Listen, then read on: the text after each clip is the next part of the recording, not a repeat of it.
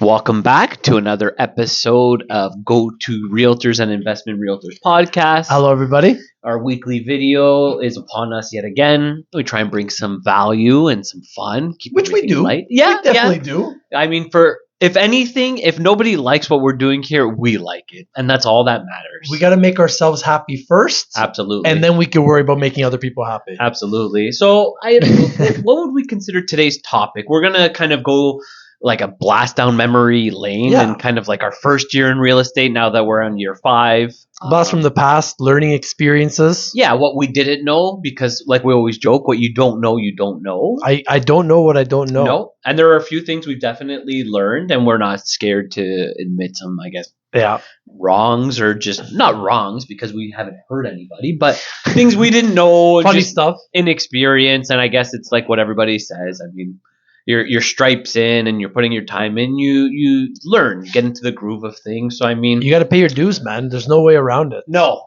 So I guess year 1, what would you say from year 1 to now on year 5 was kind of the biggest learning curve that we've faced in our real estate career? Well, I mean, I guess if you remember when we first started. Yeah, 2018. After the high, we were kind of like young and naive. We were definitely young and naive. Okay. But we thought we knew everything because we've like obviously lived in a house our whole life. We've done like renos and projects, and we worked like different construction jobs and whatever.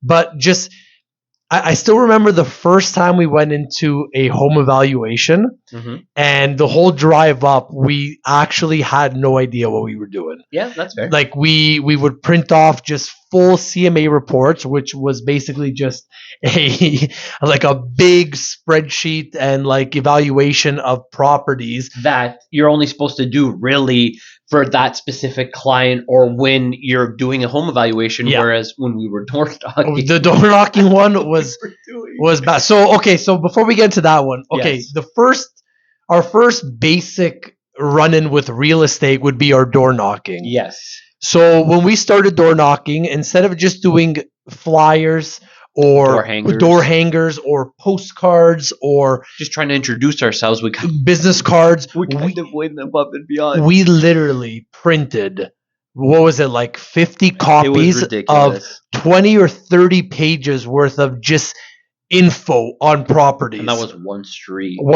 We joke, we've pretty much door knocked our entire area. Our entire area. And that's not including the surrounding areas like Tottenham, Allison, and all of those fun areas. Yeah. But I guess our inexperience really did show. I mean, anyone could argue at least we were hungry for it. We're dedicated to helping people. I guess it's just, talking with our mentors now and kind of figuring out being on a team. Yeah.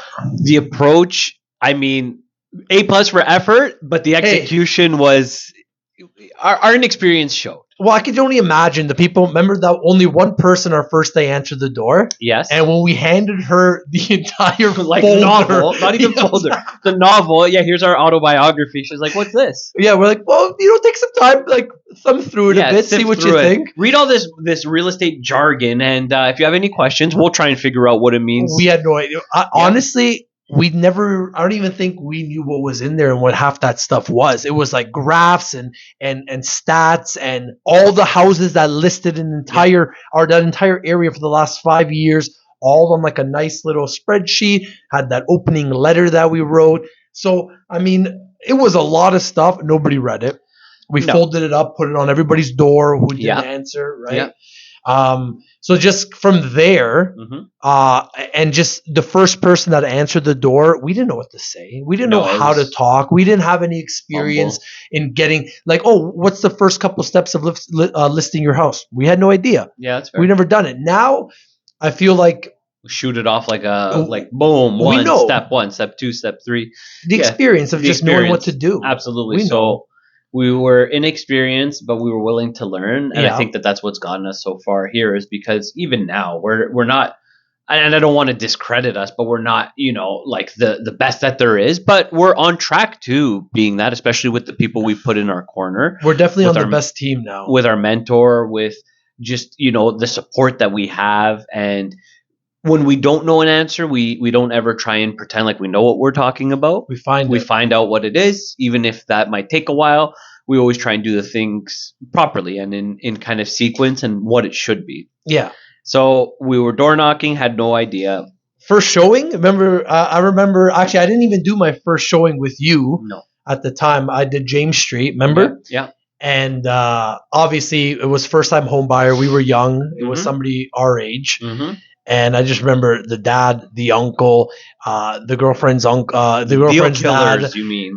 It was just one of those things where everybody came and everybody was putting it together. And being the first time agent, you're overwhelmed. You're overwhelmed. You're expected to know everything. Yeah. But there are certain things that you get from experience. Absolutely. And from seeing multiple. This was the first house I ever saw. That septic working over there, Junior? Yeah. Sorry, what's a septic? Which one was the septic? Get a load of this guy over here. Yeah, that's absolutely. It's scary. Some pumps, figuring out like why the sump pump wasn't working. It's like, well, it's dry. It's like, oh. Yeah, that's right. If there's no water, it's not going to work. Nothing to turn it on. Absolutely. Right? Just little things like that. Fuse boxes. Yeah. Is it 100 amp, 200 amp? Yeah. Knob and tube. Which wires are aluminum? Yeah. Right? These are things that like you see, like even the effervescence on the walls in the basement when there's moisture. Absolutely. Things that nobody, like you don't know what to look for until you start looking for it on a regular basis. Absolutely. Like even when we took on the first listing, I mean, yeah, we staged professional photography, but I mean, really, the other agents they're like sharks. They sense when somebody's new and they try and take advantage, but we kept our ground. We got the most amount of money for the clients, and every deal you just get that much better because not that you have a no tolerance for bullshit, but you're not going to be pushed around and you're looking out for your seller's best interest. And that goes both ways, whether you're on the selling or the buying side. You have to have the mutual respect with the other agent. Yeah, of course. You have to... Yeah, don't go in like shooting your mouth off and thinking you're superior. Yeah. How many times have we, like recently on the last sale was hilarious.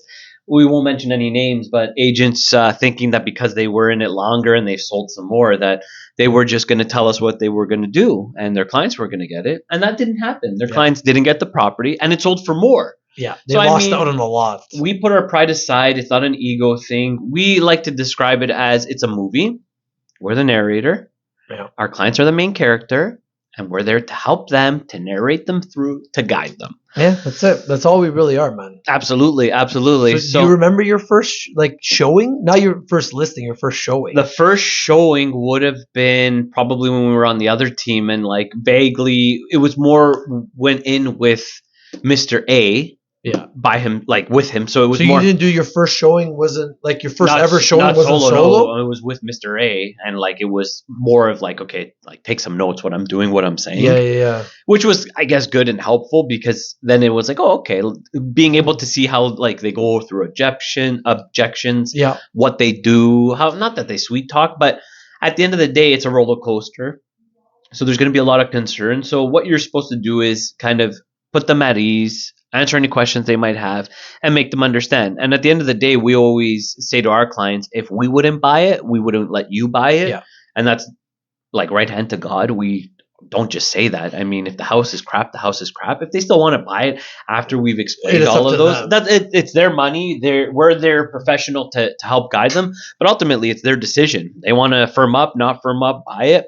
Yeah, you don't want to be too salesy. Like we're not like. I don't think we're salesy enough. No, that's the problem. Well, people see right through it. They know the commission breath. It's commission breath, which is the worst. Absolutely. I mean, obviously, we all have bills to pay, and it's an income and this, that, and the other. But when you take care of people, people take care of you. And yeah, that's one thing I think we learned over the years. It's just especially on year 5. You put in the work, yep, and you just do you try to do it as best you can, and eventually things just happen. Absolutely, things fall into place. I mean, this year so far is a little slow. Absolutely, but not that it's an excuse. It's just you have those buyers that are ready to go, and then you have a lot of other people that still think that with March around the corner, another interest rate.